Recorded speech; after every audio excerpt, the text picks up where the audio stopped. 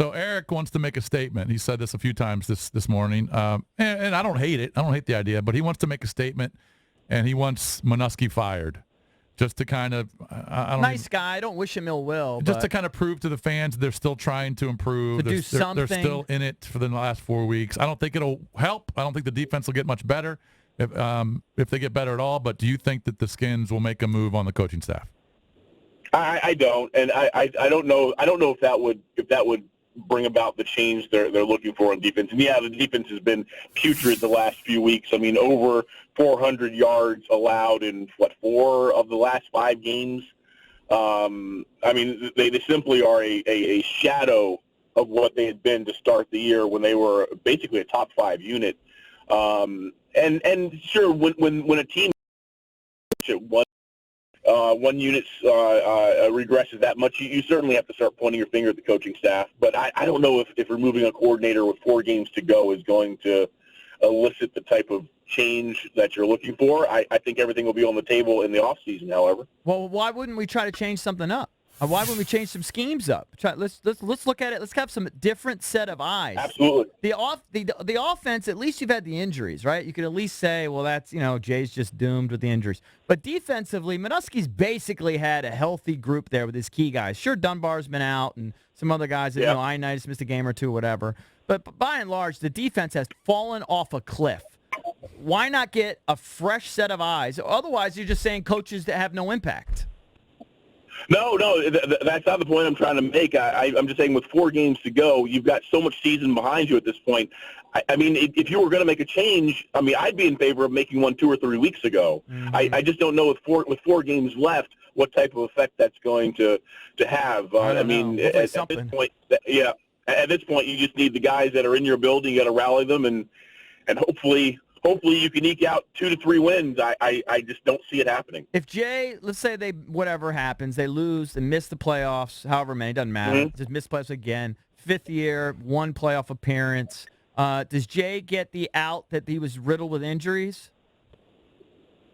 I think that he's certainly going to make that argument, and if you listen very closely to his news conferences the past couple of weeks, I feel like he's certainly not using injuries as an excuse, but he certainly brings up the fact that the number 1 quarterback is no longer under center.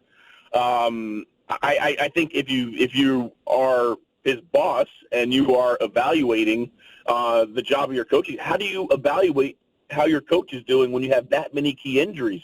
I mean, if anything, I'm evaluating my medical staff or our practice plans.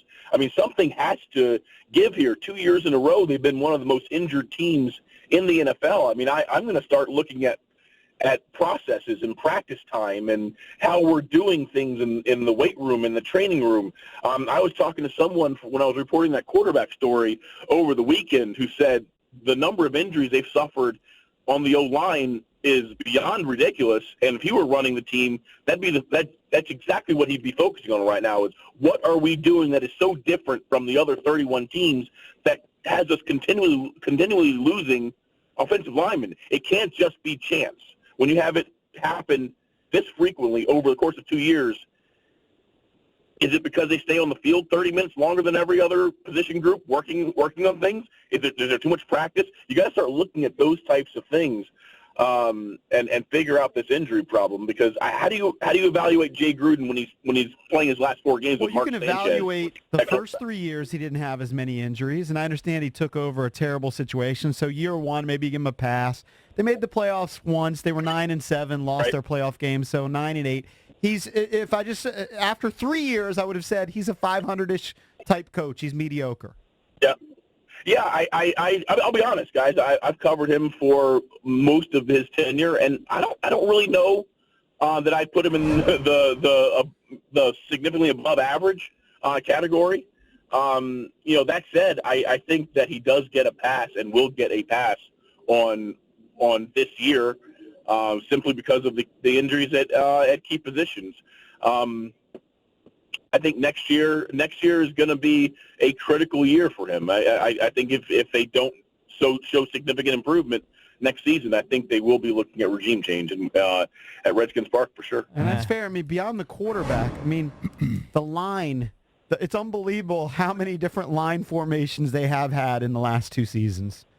It's impossible to win when you have those types of situations. I mean, when you're down to your fourth and fifth, starting guards, when the guards you signed off the streets are now out for the year. Right. I mean, Right. It's pretty hard. But again, I mean, the other teams aren't suffering these injuries at this position. You simply have to dive deep and figure out.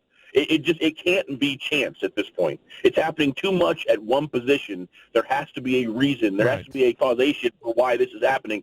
And if you got to hire an outside firm to come in and study your processes and your practices and your training regimens and what you're doing, something's wrong there. And I think you're right. That would be certainly something I would put a lot of emphasis on this offseason.